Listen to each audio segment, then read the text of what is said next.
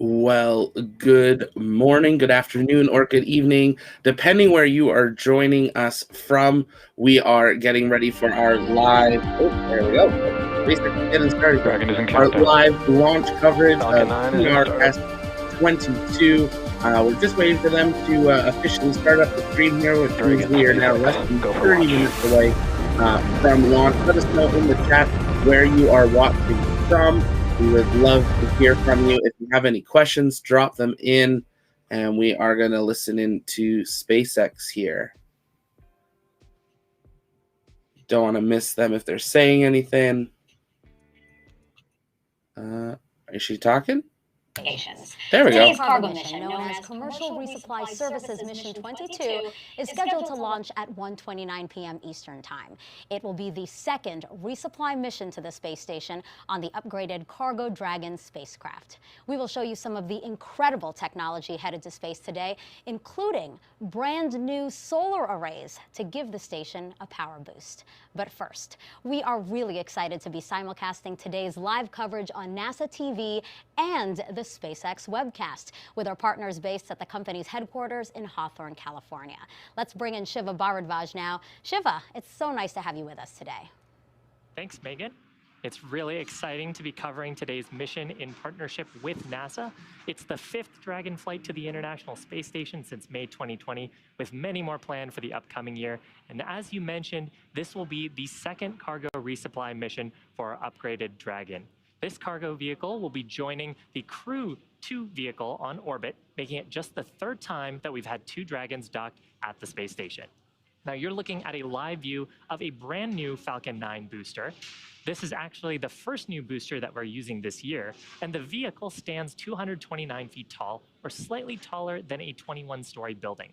Now, Falcon 9 is a reusable 2-stage rocket designed and manufactured by SpaceX for the reliable and safe transport of both people and payloads into Earth orbit and beyond. This Falcon 9 rolled out to the pad and went vertical on Tuesday, June 1st around 3 p.m. Eastern Time. And actually, just before the program started at around T-minus 35 minutes, we began loading propellants on Falcon 9. Falcon 9 uses 2 propellants. The first of those is a fuel, a refined form of kerosene known as RP1 or Rocket Propellant 1. And for our oxidizer, we use super chilled liquid oxygen, referred to as LOX. We chill the LOX well below the boiling point, which helps increase its density so we can load more of it into the first and second stages. Now, to start the engines, we also need an ignition source. For that, Falcon 9 uses a chemical igniter called TTAB. You'll see a characteristic green spark at around the T-minus 0 mark right before the rocket takes off. Now, the bottom 2/3 of the vehicle is what we refer to as the first stage. Its objective is to accelerate the vehicle through the Earth's atmosphere to space, and then it'll separate from the rest of the rocket. Today, we will be attempting to recover this first stage on our drone ship named Of Course I Still Love You. That's stationed out in the Atlantic Ocean. And if you've been keeping count at home, if we successfully land the Falcon 9 today, it'll mark our 86th successful landing of an orbital class rocket. Now, on top of We've been keeping count. Falcon 9's second stage, it has a single Merlin vacuum or MVAC engine that ignites after the first stage separates. The second stage is ultimately what will carry Dragon into its intended orbit, allowing Dragon to then separate and then eventually for it to continue with its rendezvous to the International Space Station. Now, finally, at the very top of the rocket is the Dragon spacecraft. Dragon was designed from the beginning to be reused. This new version of Dragon was designed for up to 5 flights, while the previous version could only support 3. Just like today's Falcon 9, we're flying a brand new Dragon spacecraft, which we'll hope to fly again in the future. And a bit later on in the broadcast, I'll share some details on the advancements we're making with reusing certain aspects of the vehicle. Now, today is a cargo mission, and we are delivering nearly 7,000 pounds of cargo to the International Space Station. That includes critical material to support dozens of science and research investigations that'll happen on board the orbiting laboratory. To this day, Dragon remains the only spacecraft currently flying that's capable of transporting significant amounts of cargo to and from planet Earth. We'll get a little more into detail on what some of that research is later on in today's webcast. But first, why don't we check in at the launch site, Kennedy Space Center, with Marie. Marie, how are things over there? Hey, Shiva, nice to see you. Things are looking actually much better than they were just an hour ago at the launch site. If we could take a live look again at Launch Complex 39A, you can see some cumulus clouds in the area. Weather still standing at about 60% favorable for launch, and it's been trending in a better direction. In fact, just an hour ago, we had no-go conditions for weather. We were in violation of the cumulus cloud rule, but the threat seems to be diminishing at this hour. The weather teams are watching a couple of cells south of Patrick Space Force Base. That's a little bit south of the Cape here, and they are headed north, but it's looking like it's not going to be a showstopper. So again, trending in the right direction. The threat of lightning remains low, so we are 60% go for weather, and that's been most of the chatter that we've heard so far in these last couple of hours.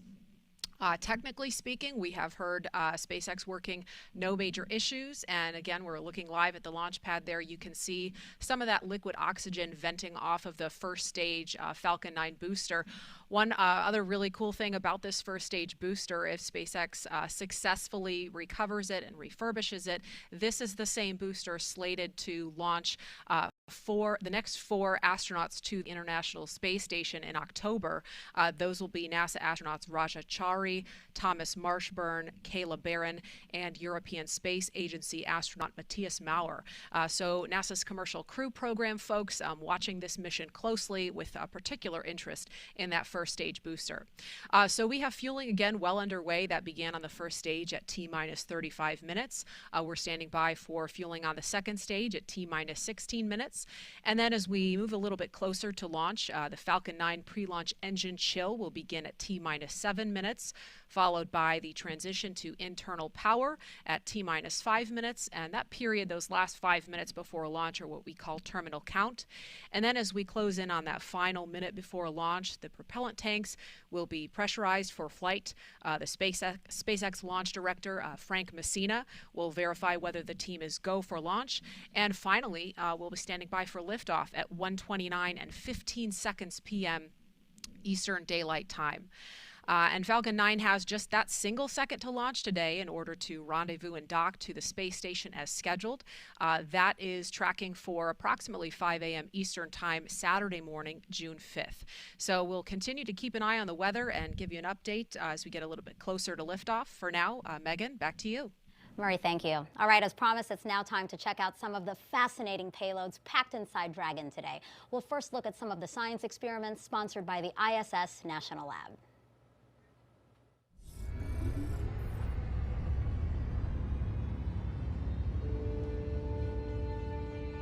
More than 900 pounds of research and supplies are launching to the International Space Station on SpaceX's 22nd Commercial Resupply Services mission, including several investigations sponsored by the U.S. National Laboratory. This mission has everything, from fundamental and applied research to payloads dedicated to in-space production applications, recognizable private sector partners supporting research and development, and student-led experiments. Let's take a deeper look into some of the investigations that are launching on SpaceX CRS-22. Colgate-Palmolive, the global household and consumer products company. Good catch. Thank you. There we go. I was just saying that we're just going to quickly mute them and answer a few questions here as we reach the T-minus 20-minute mark. Not sure what music they're using today, so we're going to be careful there and answer a few questions that we've had come in. We're taking a look there, tubular, on how long it's going to take to reach. It's different every time. They most likely will say once we actually see liftoff. As well, but it's over 24 hours for this one. They're not rushing to the station like we have seen Russia do in the last few missions where they're taking 3 or 4 hours.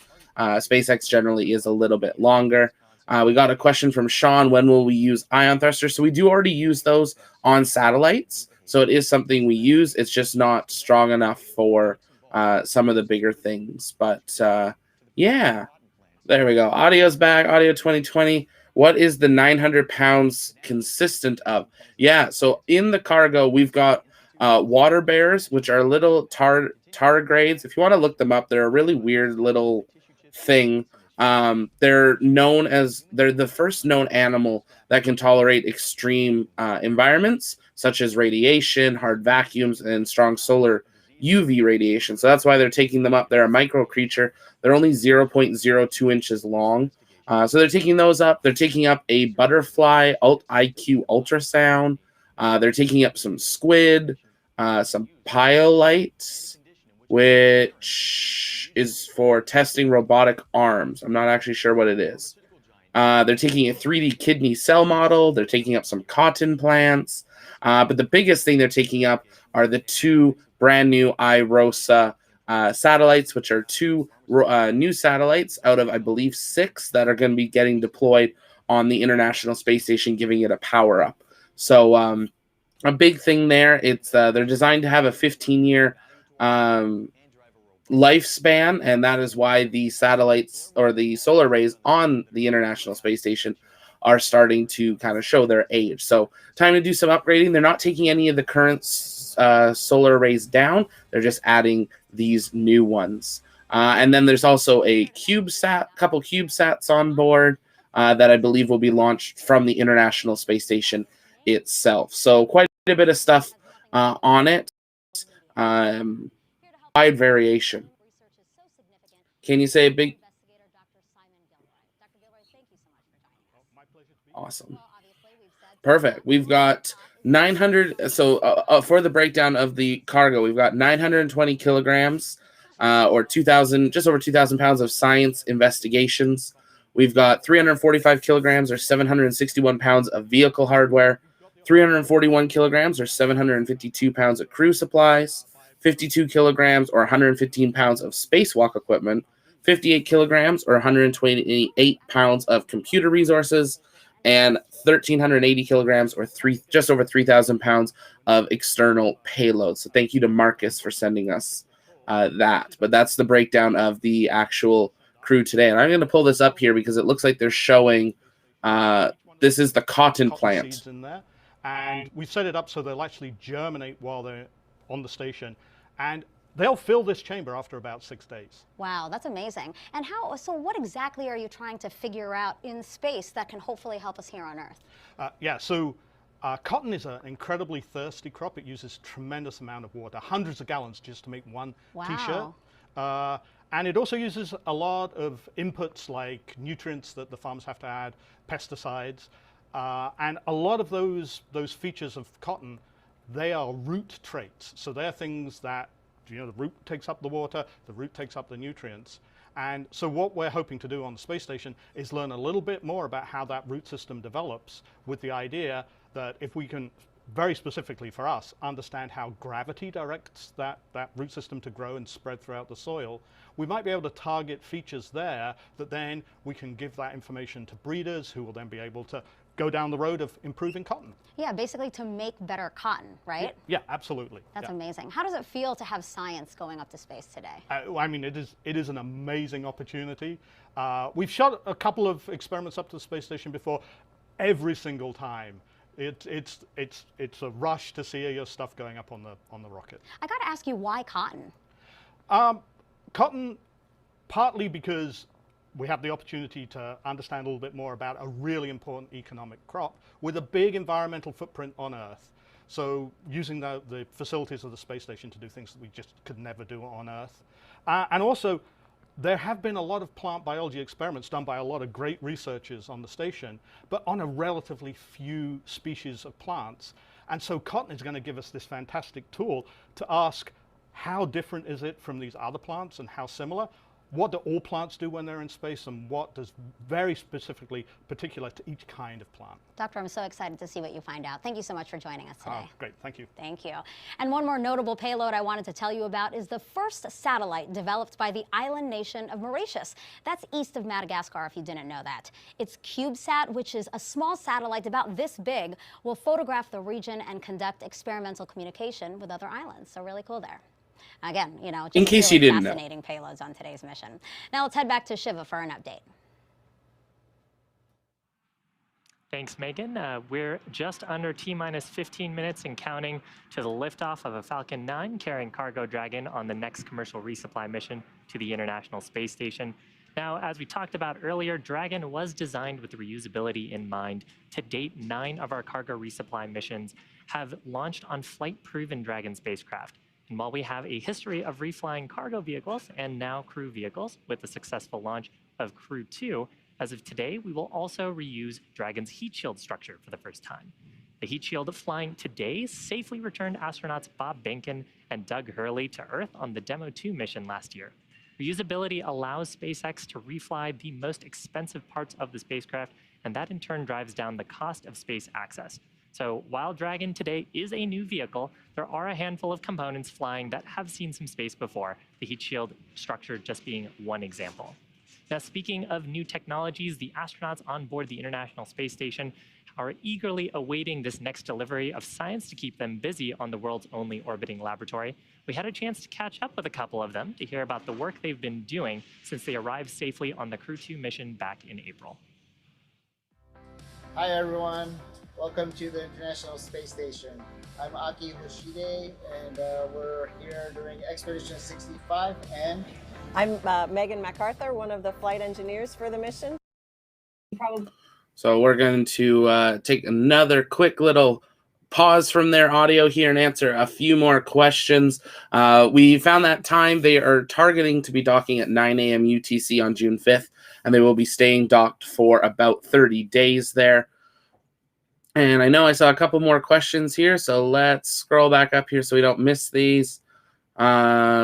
Yes, they cannot go fast. It's a very slow, methodical process for approaching the ISS. I most likely won't be able to cover the docking, unfortunately. I have other commitments tomorrow that just cannot be moved. So for that one, make sure you're watching NASA TV as they will bring that up for it. Or if you're in the Discord, maybe someone can screen share that into the live comms as well. Can you say hello to my wife, Deirdre, and my mom, Eileen, and her friend, Paula, and Gerard? Well, hello, Eileen, Paula, Deirdre, and Gerard. Thanks for watching. Glad you guys are here and hanging out. If you have questions, send them in the chat, and we'll answer those live for you. Yes, better for no collision. Is the ISS getting old for all the new rocket models? It's being maintained. I mean, its a base structure is off of an older design, but that's not saying that it isn't able to still function. It's always getting upgrades, and we're going to see some huge upgrades to it. We have a couple flash updates coming maybe today or on Saturday, going into some things with the ISS that are going to be talking about some of the expansions. So Russia's most likely leaving. We talked about that a few weeks ago.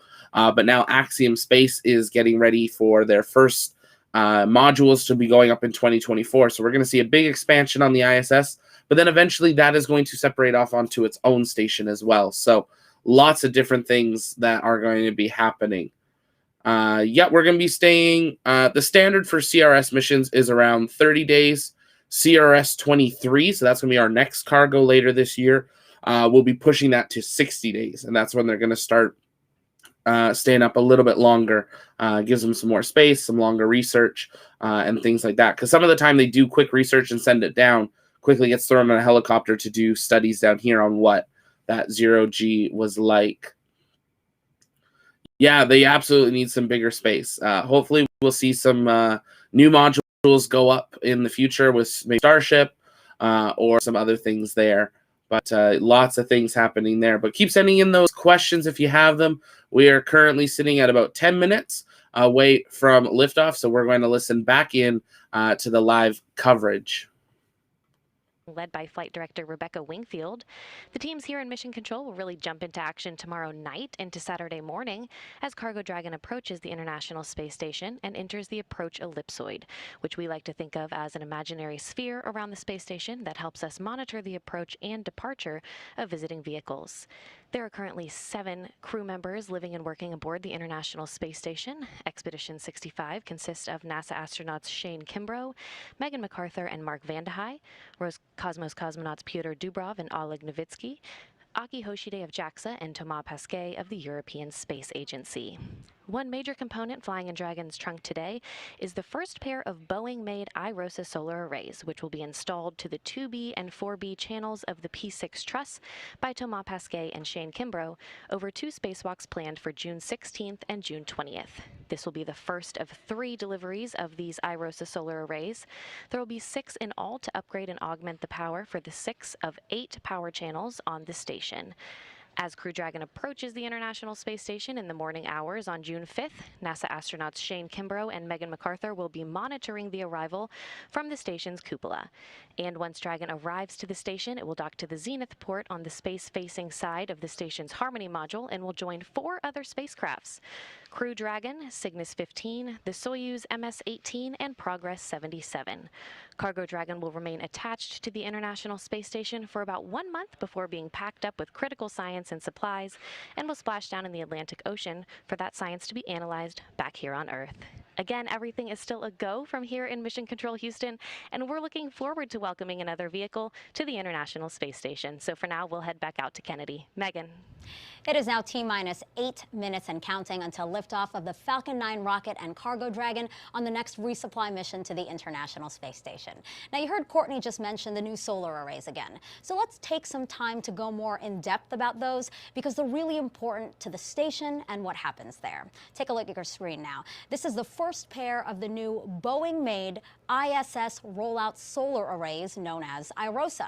They are compact panels you see there that roll open like a huge yoga mat, 63 by 20 feet each.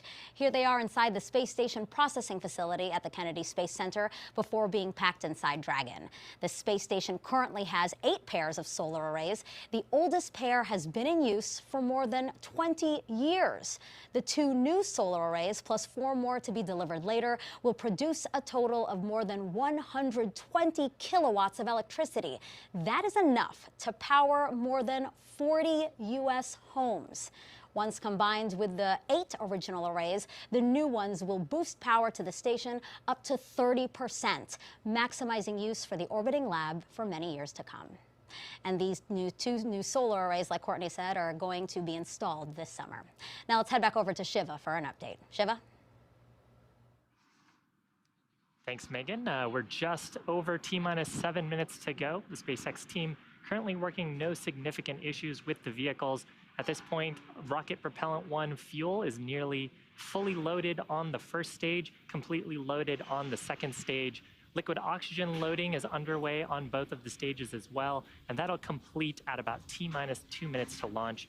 We're also loading helium gas into both of the stages. Falcon 9 uses helium as a pressurant. That's to backfill the propellant tanks as we consume liquid oxygen in RP1 by the Merlin engines during ascent. The helium loading began before the webcast went live, and we'll continue to top it off until about 1.5 minutes before launch. Now, to make sure that the engine startup goes well, we also perform what's called engine chill. It started at about T-minus 7 minutes. We flow a small amount of that super chilled liquid oxygen into the Merlin engine turbopumps, and we do that to avoid thermal shock to the mechanical components once we get that full flow of super chilled liquid oxygen on engine start. Dragon also began its startup sequence at T-minus 35 minutes when it coordinated timing with Falcon 9. It's currently undergoing a set of vehicle health checks, with its next major milestone happening just before liftoff, when it'll transition to internal battery power. Now, the range is standing by, ready to support today's mission. Launch weather is continuing to trend favorably. We had a 60% chance of go, and we're still continuing to monitor some of those clouds and precipitation in the area. So with that, the launch team, Falcon 9, Dragon, the range, all looking good. Weather also trending good. And at about T-minus 5 minutes to go, I'm now joined by Marie to help me walk through these final moments of the terminal count. Marie? Yeah, Shiva, as you said, weather trending in the better direction. It was a little bit hairy for a couple minutes there. Within the last, I want to say maybe 13 minutes or so. It was right around T-minus 19 or 18 minutes. We heard about some lightning strikes in the area, not coming within that 10-mile radius of the pad, but that was a watch item. It looks like they're not expecting lightning to be an issue to come that close. And that cell that I mentioned to the south of the pad looks like Dragon has there's going to be a little bit more configure for separation terminal count. Between that. A little bit more Dragon separation. has transitioned to terminal count and is on internal power. Okay, so we heard that call that Dragon is now on internal power. Again, as Shiva mentioned, the team has already conducted its pre-launch engine chill. Again, this is when SpaceX injects a small amount of super chilled liquid oxygen to prepare those Merlin engines inside the first stage to allow for full propellant flow during flight.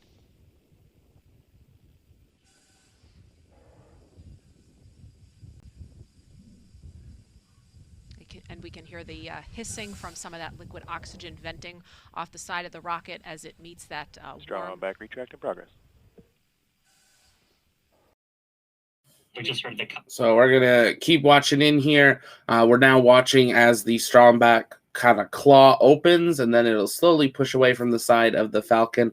Reminder, all this venting that we are seeing is normal. That is because of the fuel that's inside that's so cold that with the heat and the humidity of Florida, that's what we're seeing. We are going to see some much larger venting at the 1 minute mark. That's when they clear all the lines in the Stromback arm to make sure they've safed the pad for launch. But yeah, a very rare sight is a bright white Falcon 9 and Dragon. And I mean, we're used to a bright white second stage, but we don't see many of these. This is a brand new booster. This is booster 1067-1. So the first flight of hopefully many for this booster. We've got 2 flight leaders, one that's done 10 and one that's done 9. We've got a couple that are in the 6 and 7 ranges. So exciting to see SpaceX starting to bring out some new boosters. This is also a brand new Dragon. This is the 209, I believe it is, -1. So it's the first flight of a new Dragon.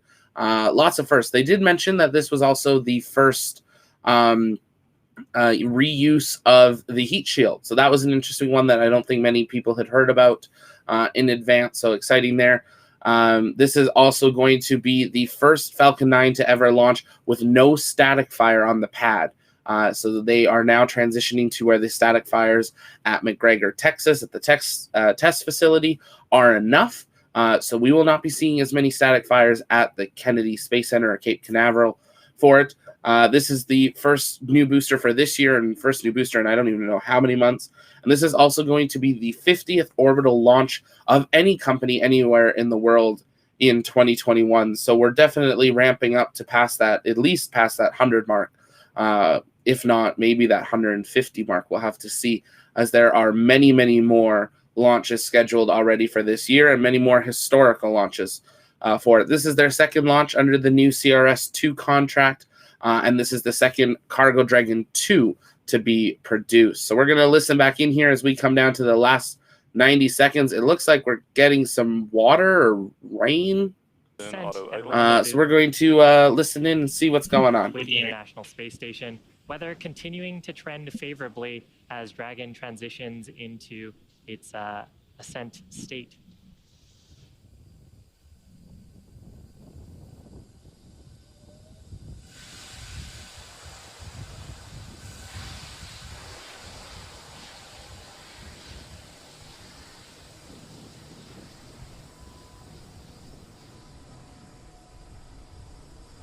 Weather remaining go as we are approaching the T-1 minute mark when Dragon will transition to internal power.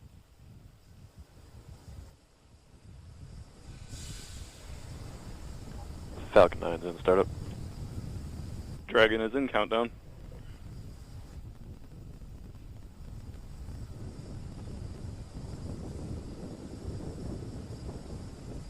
LD, go for launch. The launch director. Launch director pulled Stage go 2, for press launch. flight. So with that, all systems are currently go. We're just over T-minus 30 seconds to liftoff. T-minus 30 seconds. And at T0, the rocket will be released from the hold down clamps at the pad. And as I mentioned earlier, that strong back right next to the rocket will retract the rest of the way, clearing the way for liftoff. Stage 1, press for flight. T-minus 15 seconds. Falcon 9 is configured for flight. 10, 9, 8, 7, 6, 5, 4, 3, 2, 1, 0. Ignition. Liftoff. And liftoff of the 22nd SpaceX cargo resupply mission, bringing new solar arrays to the International Space Station. Stage 1, propulsion is nominal.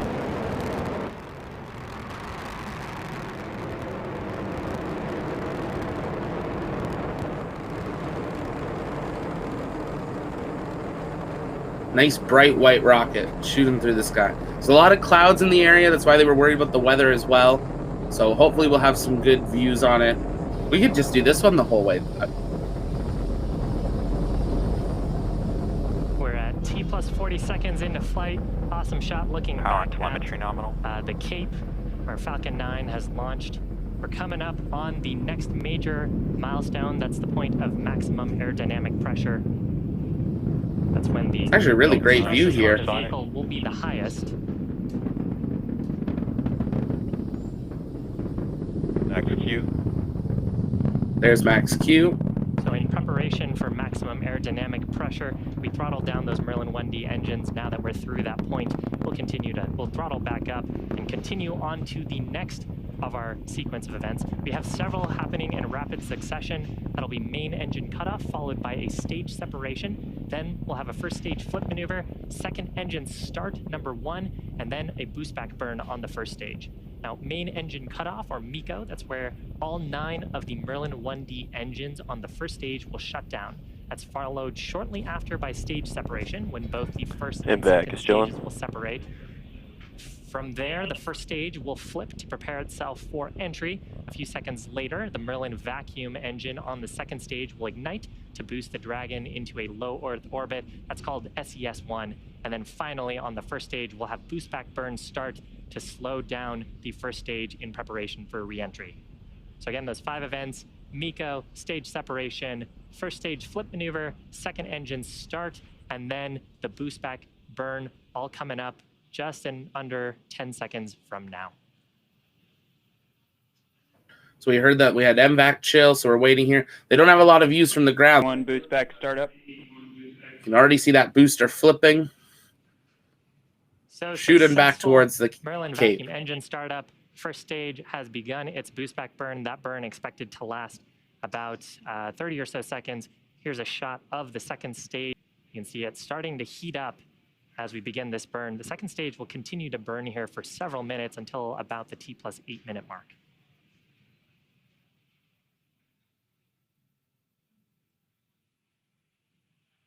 Stage 1 boost back shutdown. If you're just joining us, welcome. You're watching a live webcast for the 22nd commercial resupply mission to the International Space Station for NASA. This is SpaceX's 17th launch of the year, and we are flying a cargo configuration of our new Dragon spacecraft. On the right-hand side of your screen is the second stage, which is carrying the Dragon spacecraft into orbit. On the left-hand side of your screen, you can see Falcon 9's first stage with the grid fins extending. It just completed its boost back burn and is making its way back to our drone ship.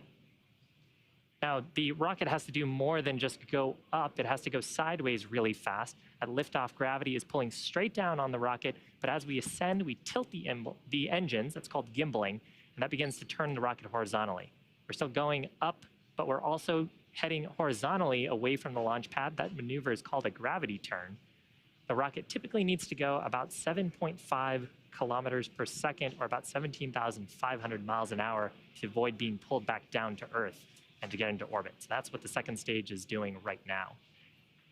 Now, the first stage, in order to make its way back to our drone ship, named, of course, I Still Love You, it has 2 more burns to do. First is an entry burn. It'll ignite 3 of its Merlin 1 engines. That'll help to slow it down as it re-enters the Earth's atmosphere. And then the next activity will happen much closer to the drone ship. That is the landing burn. Will ignite just the single center Merlin engine to bring the vehicle's speed rapidly down to 0. You can see the grid fins that are extended on the left-hand side of your screen. We use those for atmospheric control. They help steer the Falcon 9 to make sure we make our way back to that drone ship as we get into the thicker parts of the Earth's atmosphere. And you'll occasionally see periodic bursts of a white gas like that. That's our attitude control system, giving us little corrections to our attitude. So next. So I saw a really good question comment question from Tubular in the chat. The difference between the speed of Falcon 9 and Starship is striking.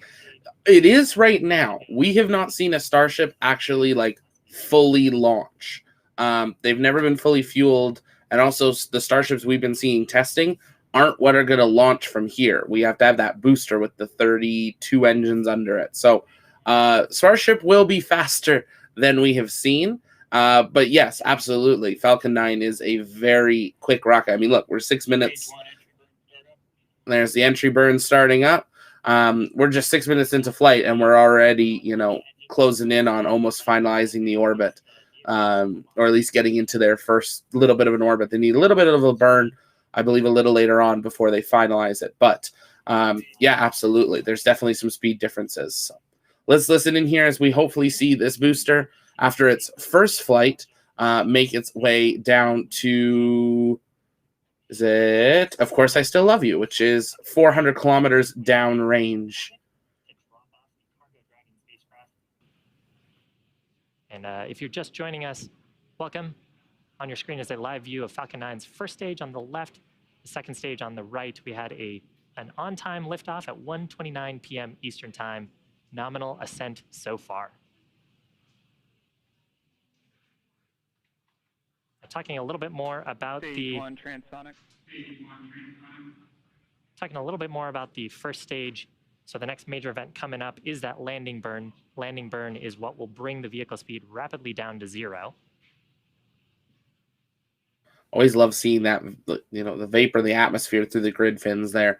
The echo you're hearing of the mission control is actually coming through SpaceX's feed. So it's probably the announcement in the building, then going through them, then going through the stream. So take a look here. There's a view of Course I Still Love You. On that drone ship, we get that nice vertical view coming all the way down. Come on. Stage 1 landing leg deploy.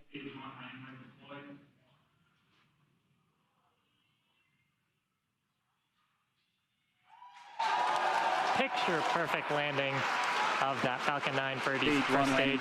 First landing for this first stage. 86 successful recovery overall for SpaceX. Fantastic. Now coming up shortly, second stage is not done.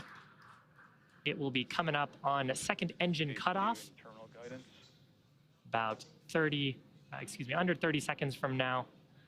It's been burning that whole time since stage separation to bring the 7,000 pounds of cargo into the initial orbit around our planet. And you can see we're getting close to orbital velocity.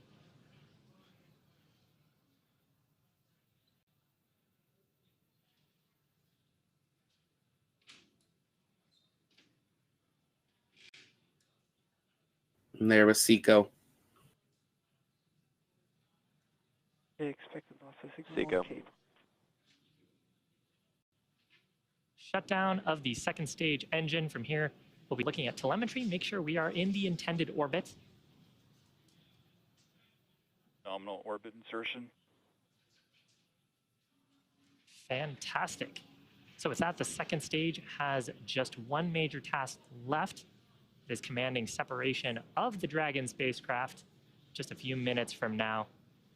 Until separation, the second stage will be making some small adjustments during this coast prior to Dragon separation. And we're hoping to have video, there's some video, into the unpressurized cargo section of Dragon. This video from the top of the second stage. We got a good look there at the new rollout solar arrays that Cargo Dragon is bringing to the International Space Station. So separation of the Dragon spacecraft expected at about T+12 minutes. We have a little bit of a coast here for ground operators in mission control behind me to ensure that the vehicle is in the right configuration, that there's no conditions that we may want to watch out for after separation. But Dragon and the Stage 2 right now in orbit.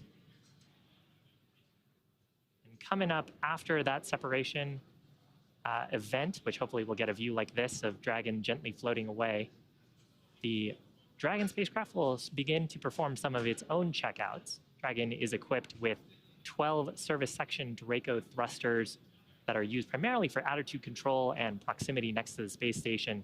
It's also got 4 Draco thrusters on the top of the vehicle underneath its nose cone that we use for our thrust maneuvers to help us rendezvous with the International Space Station.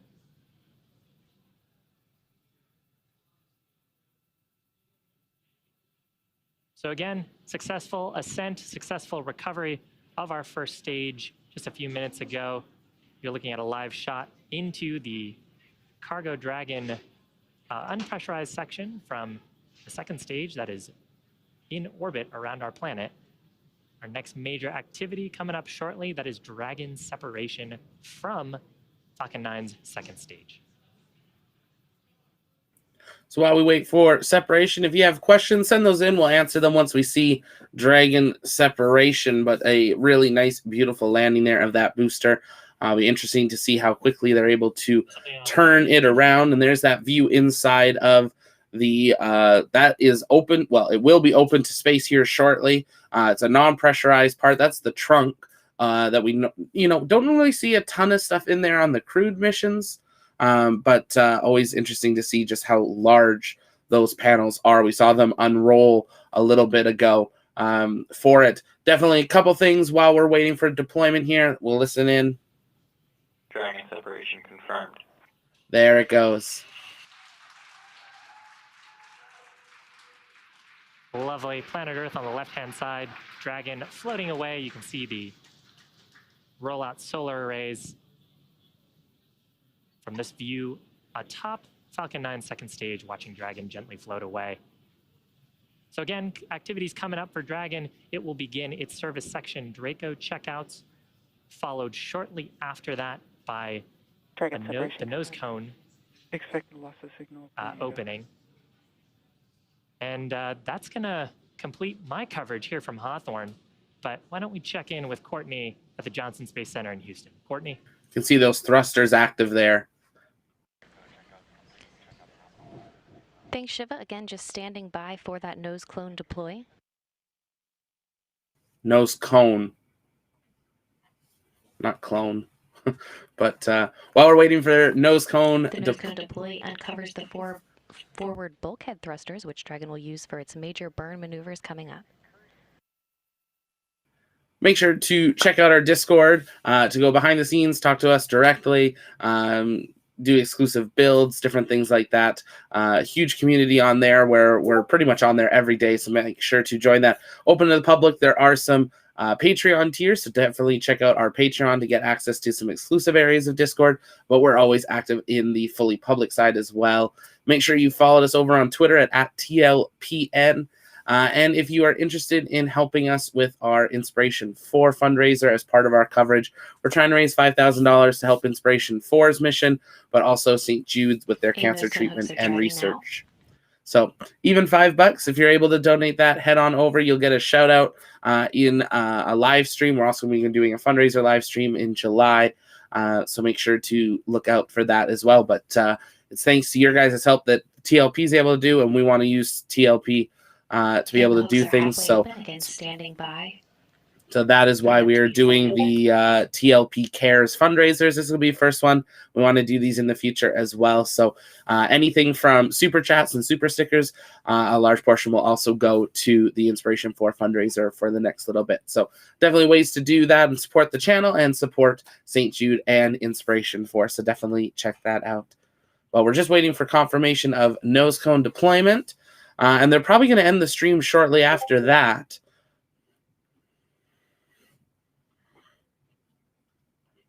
But we'll just keep listening in here.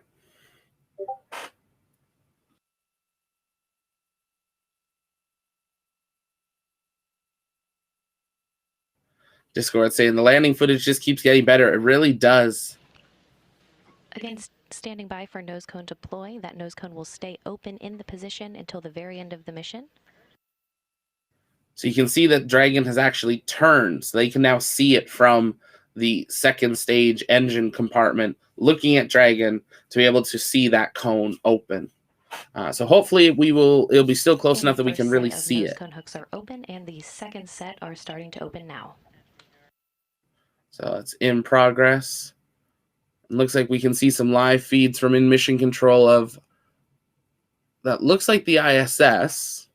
Yeah, it would be some part of the International Space Station on screen. No crew on this one, just cargo. So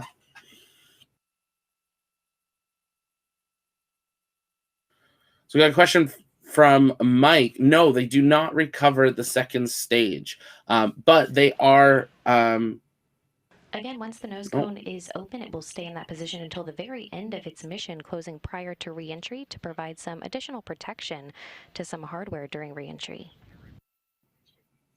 They don't recover their second stage, but they do deorbit it in a location. So normally it's off of Australia, down in the ocean there that we see it. But they do an orbit or two, and then they do a burn, and it comes down.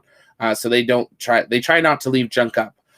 They had one that failed to do its deorbit burn a couple months ago, and that was the one that everyone was like, "Oh my goodness, aliens are coming," over like Seattle and Washington State in the United States. No, that was just the SpaceX Dragon, the second stage burning up.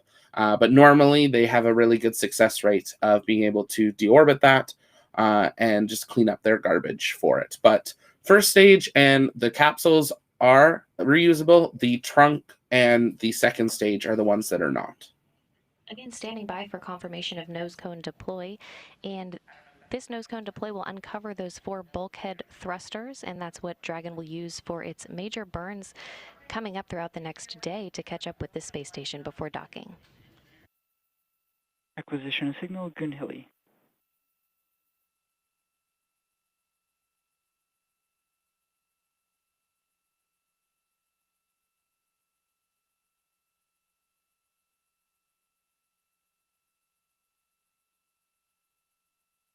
We're just listening in for that nose cone opening. And the nose cone is opening. Are they going to show it to us, though? And nose cone deploy confirmed. So we might not see the nose cone until we start approaching the ISS, which would be tomorrow. Late tomorrow. And with nose cone deploy now confirmed, now joining me on the phone is manager of the International Space Station Office for Systems Engineering and Integration, Jeff Arend. Jeff, one major component in Dragon's trunk today is the first set of IROSA solar arrays. Can you tell us the importance of augmenting the station's power supply through these IROSA spacewalks later this month? Absolutely, Courtney. I'm going to interrupt. If you look behind her on the screen to the right, I think that is a view of the nose cone, possibly opening. The punchline at the end is probably the best, but it's hard to tell what it is, but it might be the nose cone there. And now they're going to cut away. But we'll listen in here about the solar panels. Our most recent arrays we brought up, just before shuttle retirement. Those arrays are over 10 years old as well, and then the set in between are closer to 15 years old. So over time, the arrays aren't as efficient at generating power. So that's one of the things we wanted to fix with the augmentation. So when we the first 2 we do are the oldest arrays, which makes sense. The first 2 that we replace, and that will effectively restore those arrays back to what we would call their beginning of life properties. And in the case of the newer arrays, the ones that are 10 to 15 years old that will eventually get the IROSAs, they'll actually be able to generate more power than they can today. So this provides basically 3 significant benefits. I kind of alluded to one of the 2, which, but let me kind of go through in order here in my logical mind. So for one, for our solar array constrained events, it makes it easier for us to manage the solar arrays. An example of that would be about what we're going to see tomorrow. So visiting vehicle dockings and undockings, the arrays can't always point at the sun. We have to protect them from plumes from the vehicles coming and going, as well as some of the loads that we see on the arrays. So we call those a visiting vehicle or solar array constrained event. It also helps us, this augmentation is going to help us to fully to extend the life of ISS and fully execute our full suite of research as we move forward. And probably most importantly, it allows us to power more science and research, especially in the form of future exploration systems and commercial users. The one that I'm thinking about in particular would be the Axiom module that we hope to see later on in a few years from now on the front of Node 2. And of course, these resupply missions deliver science, hardware, and other cargo, like you were just saying, to the station. How critical are these deliveries for the station and astronauts? So over any 6-month planning period, there are hundreds of experiments being conducted on board. The vehicle that delivers our crews, or the vehicles that deliver our crews, they do a great job of getting the crews there safely to and from station, but their cargo capacity is very limited, on the order of 100, maybe 200 kilos. We couldn't conduct all the science we do, as well as provide for our crew members, without our cargo resupply vehicles, which can carry about, in this particular case, about 2 metric tons of pressurized cargo and research. Our cargo flights are vital to maintaining and fully utilizing our orbiting laboratory. In the case of this SpaceX-22, we're bringing up about 900 kilos of research supplies to support our ongoing science program, and it will also return about 1,200 kilos of science samples and supplies for human research, biology, biotechnology, physical science investigation, and education studies.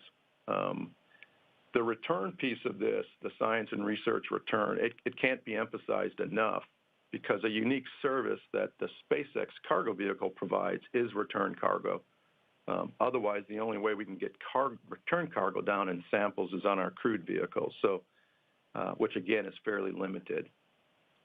These vehicles also bring critical spares to help us maintain our onboard systems, keep the spacesuits maintained, and of course provide food and crew support items. So super critical to what we do each and every day.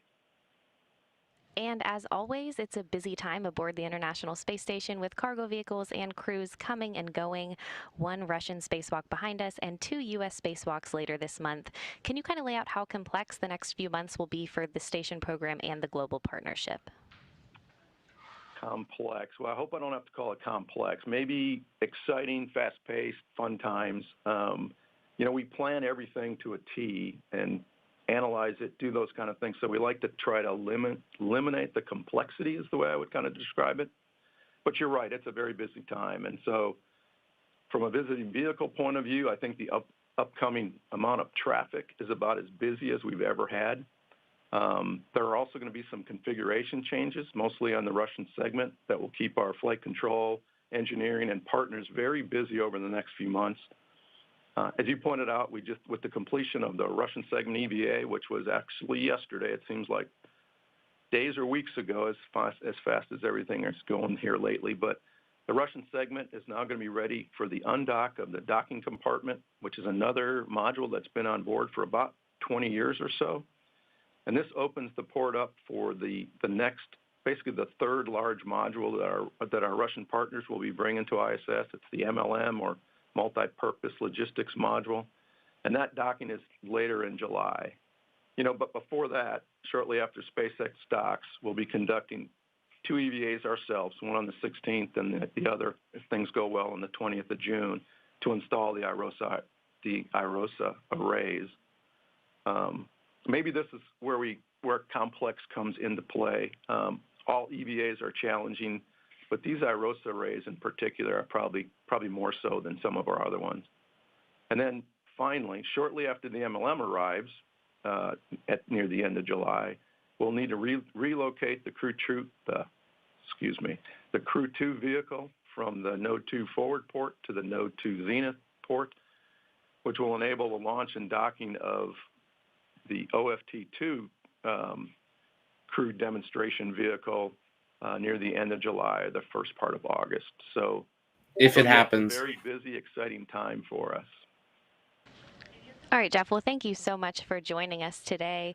And back here in the International Space Station Flight Control Room, flight controllers are monitoring the systems on the station itself ahead of Dragon's arrival Saturday morning. Again, once Dragon crosses that approach ellipsoid, which we see as an imaginary sphere around the station, flight controllers here in Mission Control Houston will begin joint operations with SpaceX teams over in Hawthorne, California.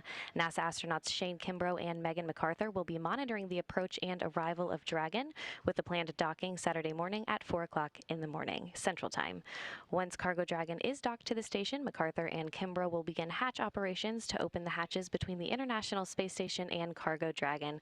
And again, everything is still on track in the International Space Station Flight Control Room, so that'll do it for us here in Mission Control Houston. Now back over to Kennedy. Megan? Thanks, Courtney. That's going to wrap up our launch coverage of NASA's 22nd SpaceX Commercial Resupply Services mission. Cargo Dragon is on course to dock to the International Space Station at about 5 a.m. Eastern Time Saturday morning. We will, of course, have live coverage of rendezvous and docking beginning at 3:30 a.m. Saturday morning Eastern Time. In the meantime, you can follow the mission at nasa.gov. Thank you so much for joining us. We'll leave you with some beautiful views of today's launch. T-minus 15 seconds. So with that wraps up the launch. We'll continue answering a few questions before we wrap up here. Based on when the time of docking is, we might be able to cover it. For it, I should be back home by then, but we'll take a look and see. But yeah, a beautiful launch of a brand new booster, a brand new Dragon, brand new second stage. The only thing reused on this one was the heat shield of all things. But not a perfectly sunny launch, but a nice bright booster took to the skies this morning and is on its way to the international. I always love that view. That's just like a classic view from the VAB. And there's the views from the ISS. So we'll pull this here. But yeah, we'll keep those questions coming in. We'll be on here for a few more minutes. I know we missed a couple. We got one from, I hope it's George. Does the stuff inside the unpressurized section freeze on the way to the ISS? It's exposed to space, so it's naturally going to get hit by that cold air. So yes, it will be very cold and frozen for it, but it's all designed to be able to have had that happen. So there's no issue with it. I know I saw a question asking about what I think about the new NASA administrator. I think we're going to see a number of years of the amazing work that name is blanking. The last NASA administrator. Wow. We were talking about him last night. One more time, Discord. What's the NASA administrator? The last one. It's not Jim Bridenstine. There it is. How did I forget Jim Bridenstine? American rockets from American soil. And yeah. A lot of the work that Jim Bridenstine did will last years to come. That's one of the big things with NASA administrators. Yes, we can see some stuff right in the middle. Change with a new administration. Come in, one, a new administration, and then two, a new NASA administrator. But a lot of the deals and contracts and everything that Jim signed and brought together is what's going to lead the future. That's why Artemis is where it's going. It's where Starship's going. It's where the ISS is going. Axiom Space. There's Space Adventures, I believe it is. There's Inspiration 4. There's so many things that are because of Jim's era that will happen for years to come. Now, it's what Steve is going to... Steve, right? No. Steve Jurczyk, I think. Well, the current administrator is going to be doing... Why am I mixing up names this morning? Bill Nelson. There it is. My list is out of order. Bill Nelson is going to will affect later. Now, there will be some effects, obviously, now on what they focus. It'll affect budgets for the future years and things like that. But a lot of contracts are signed, which means they either have to renegotiate them or do them. So they can't really stop that. So I'm not too worried what we'll see in the next few years. I'm more worried about later. But at that point, SpaceX is going to be at such a point of going to the moon and Mars. Might not be as big of a deal as it used to be. But we'll have to wait and see. He has to prove himself. Just like Jim Bridenstine did. When he joined, anytime there's a new administrator, people get worried. We almost lost NASA a few times in the last decade. So, but at this point, they seem to be in a good place. They seem to have kind of redirected it in a way that I think a lot of people wanted or hoped, which is NASA now is almost in a way like the air traffic control of space for the U.S. They're hardly building rockets. They got SLS, but that's about it. But they're partnering with commercial partners, and that's working. So hopefully we just see that continue. But we'll have to wait and see. And it's unfortunately probably going to be a few years until we can really sit back, look what's been done, see where we're going, and say something. But I wish him luck. I wish the team luck. The big thing is the administrator changes. That doesn't mean everybody at NASA changes. So, it's one person that if they want to move the ship a different direction, it's going to take time. So yeah, it's something to watch and see what happens. And we'll see what happens because, elections keep coming, which means there's always new administrators. So we'll see how long Bill Nelson is the administrator for. But with that, I don't think I see any other questions that I missed. But thank you guys for joining us for our live launch coverage of CRS-22. This was the 22nd cargo mission from SpaceX. As the lady said earlier, she's been doing this for just over 10 years, and it's amazing how quickly they've got to that 22 number. They're in their second generation of the cargo ships as well. If I am able to be live for the rendezvous and docking, I will try to schedule a broadcast for that. I'll just confirm a couple things first. If not, we will be live possibly tonight to continue what we were doing last night on the landing. Ooh, there we go. Turn the camera. No, that stays there. To continue the Blocks space shuttle, which was released 19 years ago. So we're going to be continuing on that most likely tonight. And then we might do that actually on Saturday with the rendezvous and docking as well. We'll take a look and see.